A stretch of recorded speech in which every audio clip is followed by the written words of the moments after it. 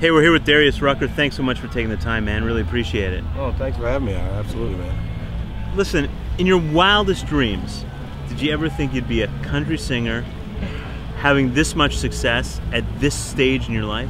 I thought I'd make a country record someday. It's something I talked about, but I didn't think it was going to be a huge success or anything. I thought it'd be something that I'd make, and Radney Foster would tell me it was really cool, and I'd be happy about that. But you know, I mean, when I started talking to my manager about doing this, we even said we couldn't get a record deal. You know, we really thought we couldn't get a record deal, and that was cool with us because I just wanted to make it. And so I never thought this would happen. Now this is crazy. 3 #1 singles, record's gone platinum in the States, and it's been a year and a half, I think, since the record's been out, and you're just loving it, right? Yeah, it's one of those things where, you know, I could have scripted it any better. I mean, I couldn't have wished for this. Like you said, I didn't dream this. Yeah. I wasn't sitting around saying I'm going to win the CMA, you know, Best Junior Artist. I wasn't sitting around going, I'm going to have the 3 #1s right off the bat. I wasn't even allowed to say the word #1, you know, and it was just like crazy to watch all that happen. And it was great to see something that really was a labor of love for me, something I just wanted to do. Right. And I finally got to do it, and to see it be that successful was awesome. Let's talk a bit about the country music community, because I would imagine it's pretty daunting to jump in and make music in Nashville and be a part of the scene where you kind of were outside making pop records or rock records, and they opened their arms and embraced you, right? Yeah, it was one of those things that was... One thing that helped me so immensely with that was I'd been on Radney Foster's record, I'd been on Nancy Griffith's records, I'd hung out a lot in Nashville with my friends, and so when I, like Vince Gill and stuff like that, so when I started coming and talking about it, the people who knew me got it, like, you know, they got it. They was like, cool, you know, let's do this. And so I called people to write with it. Yeah, absolutely. And I was really worried because, you know, I met the first time I went to the CMA when I was CMA was the first time I was making the record, and I could tell that people were looking at me, you know, why's Hootie here?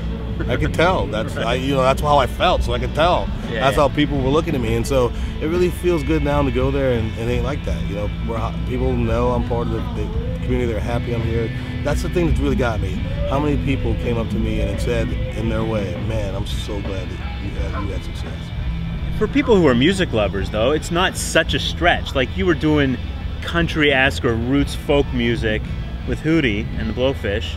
So it's not such a stretch. There's a couple of different instruments and stuff, but it's not, and you're writing your own music still. So it's not a crazy idea that you'd be making country music. I thought like we were about as close to a country band as you could be without saying you're a country band. Because we were so influenced by it. We were so influenced by Newgrass Revival and Radney and Foster and Lloyd and Dwight Yoakam. We listened to those records so much, that we were influenced by it. So, you know, I thought we were close to it, and all the people who said at first just didn't get it, I always say, you really didn't go deep into our records, did you? Because if you did, you'd be like, okay, I get it.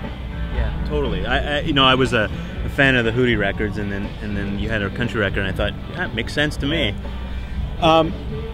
Comeback song. Yeah. Makes sense, but it's, I guess the comeback's over though, isn't it? Oh yeah, that's the funny thing. We laughed when we decided that was the first single. We said this should have been the first single of the first record, but it was just it's such a cool tune, you know, and we loved the double entendre of putting it out. People thinking, well, he's already come back, but it's got nothing to do with that. Yeah. So that's a pretty cool. We like that.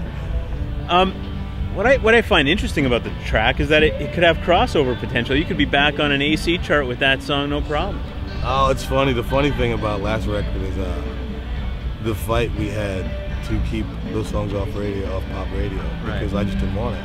Right. You know, Doc and I sat down, and he was like, you know, we could cross over. I was like, I don't want it. I was like, I'm not here to make my career as a pop singer. I'm here to be a country singer, and I don't want, you know, it's not about record sales for me right now. You know, if I was that guy who had been a struggling musician, and here I am, you know, yeah, but it's not about record sales. It's about really making records that I love, and if they're successful, great. But you know, I don't want to be the biggest band in the world. I already did that. Yeah. What is it? 19 times platinum, the first record? Yeah, it's crazy, man. That's crazy. That's crazy, and you know, we just, you know, that was fun, but you know, it was fun. Charleston, South Carolina, 1966. Yep. Obviously a personal record. I get it. What can fans expect from the new record? Oh, I think we just really tried to pick up where we left off from the last record. But the main thing, I think the last record was really about where I am right now, and I think this record's more about what it took to get here. Right. You know, when I started listening to it, I realized the songs were more, you know, about the hard times, and this record was about a lot of real good times. So yeah, I got some. There's one song called "Whiskey and You" that I think is going to be a single that is just, you know, that's about probably the darkest point in my life. But you know, that's a great song. I love it. What are you listening to? Are you still listening to a crazy collection of stuff, or you kind of narrow it down when you're rolling in the bus and stuff? You know, we still listen to a lot of different stuff. Mostly, you know, right now, right this second, I'm mostly listening to the new record, because when you're making a record, you're so engulfed in it, and you know, I still listen to mostly country radio riding around, but in the bus, you know, I was listening to Tom Waits last night. Nice. You know, I still listen to a lot. I still listen to a lot of whatever I feel like listening to at that time. Right. I put on. Cool. The new record, by the way, and even in the last record, a lot of stuff co-written. But do you ever think that you can handle things on your own? Oh, absolutely. But the thing that's great, the thing about Nashville is when you write 77 songs for a record, you know, I couldn't do that on my own. Right. You know, and instead of sitting here and saying I'm going to write a record by myself, I'm just not that guy. You know, when I got guys like Frank Rogers, who's my producer, you know, I can do it on my own, but that's not me. You know, that's just not. I'm not that guy. Are you having fun? I don't think I'm allowed to say I'm having more fun than I've had in a long time, but man, I'm having a blast. Most important thing, man. Continued success, brother. Thank you, man. Great to see you. Thank you. Great to see you, man.